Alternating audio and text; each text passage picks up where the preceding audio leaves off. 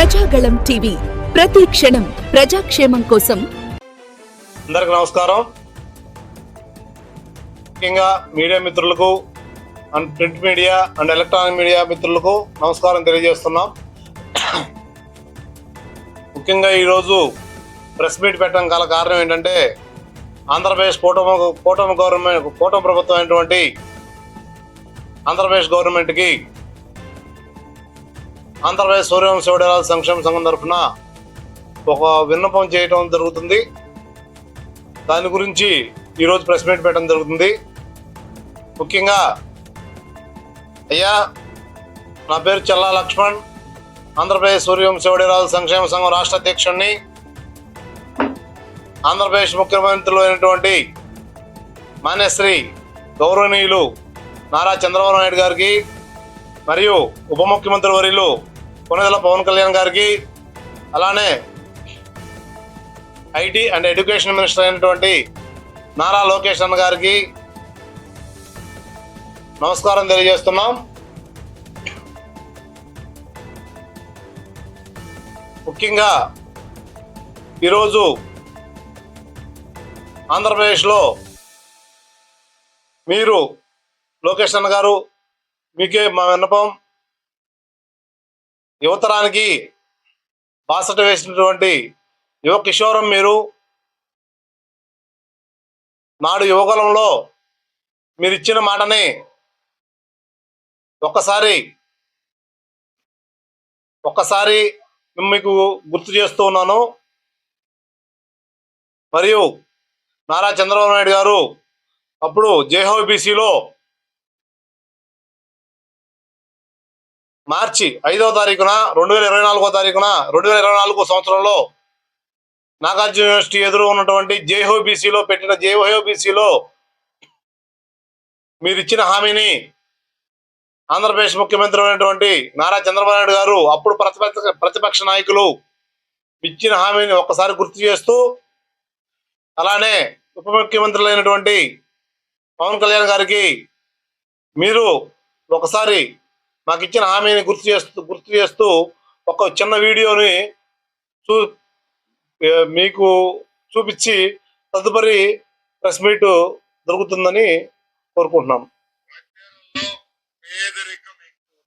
అందుకే చంద్రబాబు నాయుడు గారు ముఖ్యమంత్రిగా ఉన్నప్పుడు ఒక కమిటీ ఏర్పాటు చేసి వడ్డెర్లు ఎదుర్కొంటున్న సమస్యలు ఏంటి, వాళ్ళని పేదరికం నుంచి ఎట్లా బయటికి తీసుకురావాలన్న ఆలోచనలోనే ఆనాడు ఈ సత్యపాల్ కమిటీ ఏర్పాటు చేస్తాం జరిగింది. గతంలో మీరందరూ డిఎన్టీ తెగలో ఉండేవారు, మీకు చెప్పకుండా బీసీల్లోకి పెట్టారు.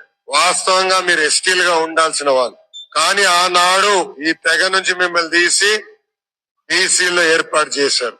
మీకు రావాల్సిన సంక్షేమం గాని పేదరికం నుంచి మీకు బయటకు వచ్చే కార్యక్రమాలు చేయాల్సిన అవసరం చాలా చాలా ఉంది. అందుకే ఈ కమిటీ ఏర్పాటు చేశాం. ఈ కమిటీ ద్వారా ఇప్పుడు ఈ నివేదిక ప్రభుత్వం దగ్గర ఉంది. జగన్మోహన్ రెడ్డి గారు ఆయన పాదయాత్రలు అనేక హామీలు చేసినాడు. అవన్నీ ఇప్పుడు గోవిందా గోవిందా ఒక్క హామీ నిలబెట్టుకోవట్లేదు. నిజంగానే వడ్డర్ల పైన అంత ప్రేమ ఉంటే ఎందుకు ఈ సత్యపాల్ కమిటీ బయట పెట్టట్లేదు? నేను సూటిగా వైకాపా ప్రభుత్వాన్ని నేను ప్రశ్నిస్తున్నా. న్యాయం చేసే బాధ్యత ఎస్టీలుగా చేర్చాలని ఎప్పటి నుంచో అడుగుతున్నారు. ఇది సాధించి తీరాలి. దీనికోసం పూర్తిగా మేము మద్దతుగా ఉంటామని. ముఖ్యంగా వడ్డెర కులస్తులు బ్లాస్టింగ్లు జరుగుతూ ఉంటాయి. పడుతున్నప్పుడు డ్యాములు యువకులం అధినేత మా అన్న నారా లోకేష్ గారికి, అన్న మీరు పలమనేరు యువకులం స్టార్ట్ చేసిన 4 రోజుల నుంచే మా వడ్డర్ల గురించి మీరు చాలా క్షుణ్ణంగా, అప్పుడు జగన్మోహన్ రెడ్డి ప్రభుత్వంలో మీరు చాలా పోరాటాలు చేసి చాలా క్షుణ్ణంగా మేము పడే బాధల గురించి, మేము జీవించే విధానాల గురించి, ఇంతకుముందు మా పరిస్థితుల గురించి మీరు చాలా చక్కగా వివరించారు. అలానే ఇప్పుడు ఉప ముఖ్యమంత్రి వర్యులు పవన్ కళ్యాణ్ గారు రాళ్ళు కొట్టే విధానం గురించి, అక్కడ మీ జీవన విధానం గురించి మేము గుడారాలు వేసుకొని బతికే పరిస్థితి గురించి, మరియు రాళ్ళు కొట్టే క్రమంలో మేము చనిపోయే విధానం గురించి చాలా స్పష్టంగా వివరించారు.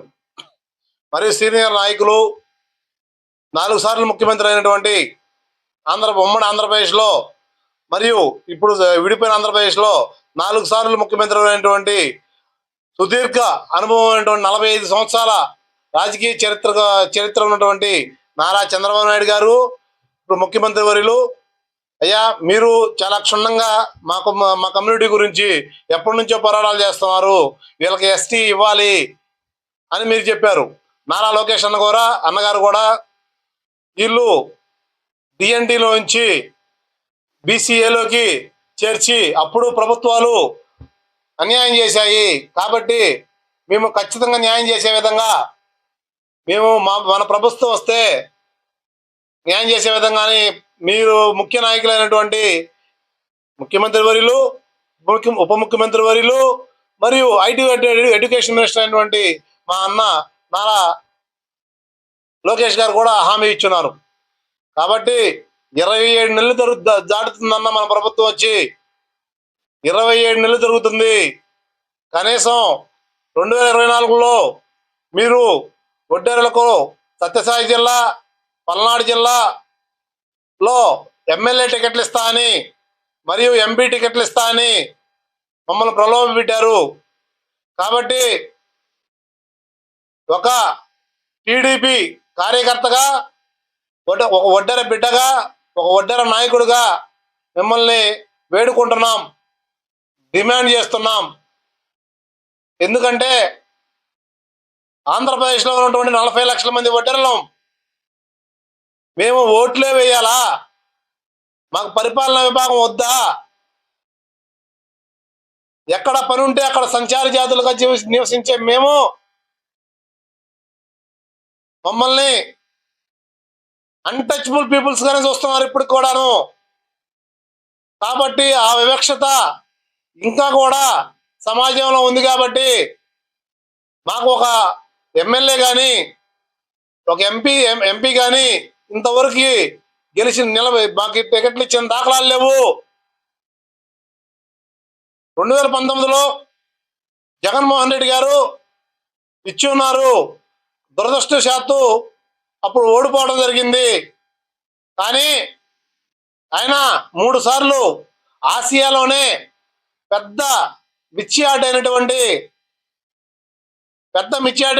3 సార్లు 3 టర్ములు ఎవరు 3 టర్ములు చేయాల, ఒకసారి 2 సార్లు చేశారు. కానీ ఒడ్డెరాజులకు 3 సార్లు ఇచ్చారు. మరియు తర్వాత 7 సంవత్సరాలు ఎమ్మెల్సీ ఇచ్చారు.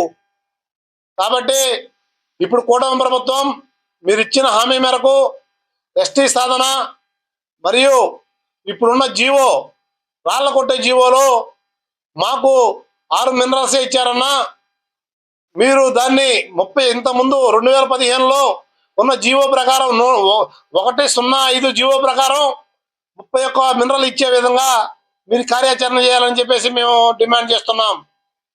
అలానే ఇప్పుడు గవర్నర్ కోటాలో ఎమ్మెల్సీ స్థానాలు రెండు ఉన్నాయి. కాబట్టి మీరు మా టీడీపీ ప్రభుత్వంలో ఎవరైతే వడ్డీరాజులు ఉన్నారో వాళ్ళకి ఎమ్మెల్సీ కేటాయించాలని ఆంధ్రప్రదేశ్ సూర్యవంశ వడ్డీరాజుల సంక్షేమ సంఘం తరఫున డిమాండ్ చేస్తున్నాం. ముఖ్యంగా మా చరిత్రలో జిల్లా ఇన్ఛార్జ్ ఇచ్చిన ఘనత ఆంధ్రప్రదేశ్ కూటమి ప్రభుత్వం టీడీపీకే దక్కుద్దని మేము తెలియజేస్తున్నాం. ఎందుకంటే హిందూపురం జిల్లా చేసిన తర్వాత మొట్టమొదటిగా మా జిల్లా అధ్యక్షులుగా వడ్డే అంజనప్పని కేటాయించడం జరిగింది. ఆయన నిస్వార్థపరుడు, మరియు పార్టీకి కమిట్మెంట్ ఉన్న వ్యక్తి. బాలకృష్ణ నందమూరి నటసింహం బాలకృష్ణ గారికి ఆయన గెలుపులో ప్రధాన పాత్ర వహించినటువంటి వడ్డే అంజనప్ప గారికి ఎమ్మెల్సీ ఇచ్చే విధంగా మీరు జిల్లా ఇన్ఛార్జిగా ఆయన సేవలు ఉపయోగించుకున్నారు. కార్యదర్శులుగా ఉపయోగించుకున్నారు. గ్రామ స్థాయి నుంచి చాలా ఎదుగున్నాడు, మంచి మనిషి. కాబట్టి ఒడ్డర్ కమిటీలో ఆయనకి ఒక ఎమ్మెల్సీ కేటాయించే విధంగా, 2 ఎమ్మెల్సీలు ఇంకొక ఎమ్మెల్సీ కూడా ఇంకొక నాయకుడు కేటాయించే విధంగా రాజకీయంగా ముందుకెళ్లే విధంగా మీరు కేటాయించాలని మేము కోరుతున్నాం. ఎందుకంటే 14వ శతాబ్దంలో మేము ఆంధ్రప్రదేశ్ ఒడేరాజులం, ఆంధ్రప్రదేశ్ ఇండియా భారతదేశంలో ఉన్నటువంటి ఒడేరాజులం, 9 కోట్ల జనాభాని పరిపాలించిన చరిత్ర మాది. మరియు అప్పుడు పరిపాలకులం, ఇప్పుడు మాత్రం సంచార జీవులుగా మరియు చాలా దీన స్థితిలో ఉన్నాం. రెక్కాడితే డొక్కాడని పరిస్థితుల్లో ఉన్నాం.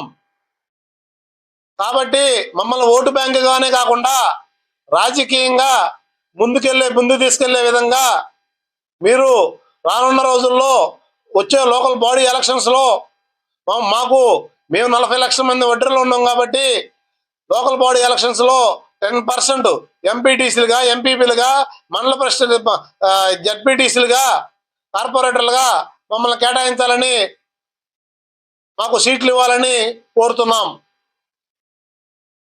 కాబట్టి డిఎన్టీలో ఉన్న మమ్మల్ని, మాతో ఉన్న ఎరుకుల యానాది, మా సోదరులైనటువంటి ఎరుకుల యానాది లంబాడి సోదరులను ఎస్టీలో వేసి మాకు అన్యాయం జరిగిందని 1972 నుంచి మేము పోరాడుతూ ఉన్నాం.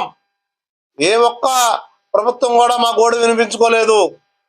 కాబట్టి మమ్మల్ని ఎస్టీలో చేర్చే విధంగా మీరు కార్యాచరణ, రానున్న అసెంబ్లీ సమావేశాలలో కార్యాచరణ చేసి పార్లమెంట్కి పంపించే విధంగా, మీరు ఇచ్చిన హామీ మేరకు పార్లమెంట్కి పంపించే విధంగా మేము కోరుతున్నాం. కాబట్టి అన్నా లోకేష్ అన్న, పవన్ అన్న, చంద్రబాబు నాయుడు గారు, మీరు మమ్మల్ని రాజకీయంగా గుర్తించి 2024 మాకు ఇస్తాన ఎమ్మెల్యే టికెట్లు ఇవ్వలేదు, ఎంపీ టికెట్లు ఇవ్వలేదు. కాబట్టి ఇప్పుడున్న లోకల్ బాడీ ఎలక్షన్స్ లో మాకు 10%, ఇప్పుడున్న గవర్నర్ కోటాలో 2 ఎమ్మెల్సీలు మాకు కేటాయించాలని, మా ఒడ్డే అంజనప్పకి ఒక ఎమ్మెల్సీ కేటాయించాలని డిమాండ్ చేస్తూ ఆంధ్రప్రదేశ్ సూర్యవంశ ఒడేరాజు సంక్షేమం తరఫున డిమాండ్ చేస్తున్నాం. రానున్న అసెంబ్లీ సమావేశాల్లో మాకు ఎస్టీలో చేర్చే విధంగా అసెంబ్లీలో తీర్మానం చేసి పార్లమెంట్కి పంపించే విధంగా మీరు కార్యాచరణ చేయాలని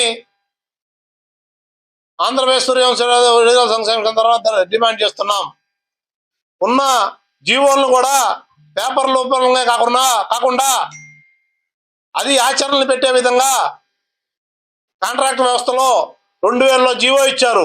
దాన్ని కొత్తగా ఇంప్లిమెంట్ చేసి 2 కోట్లు ఈఎండి లేకుండా ఇచ్చే విధంగా మీరు కార్యాచరణ చేయాలని డిమాండ్ చేస్తున్నాం. మరియు మైనింగ్ లో మొన్న ఇచ్చిన 92 జీవోను 6 మినరల్సే ఉన్నాయి, దాన్ని 31 మినరల్ పెంచే విధంగా మీరు దాన్ని మళ్ళీ ఇంకొక జీవో ఇచ్చే విధంగా ఆంధ్రప్రదేశ్ బీసీ వెల్ఫేర్ మినిస్టర్ గారికి మరియు Andhra Pradesh mineral mining and mineral department అనేటువంటి సెక్రటరీ గారికి, మినిస్టర్ గారికి విన్నవించుకుంటున్నాం. ఆంధ్రప్రదేశ్ ప్రభుత్వానికి కూడా కూడా విన్నవించుకుంటున్నాం. జై ఒడేరాజ్, జై ఒడేరాజ్, జై జై ఒడే ఓబన్న. నమస్కారం.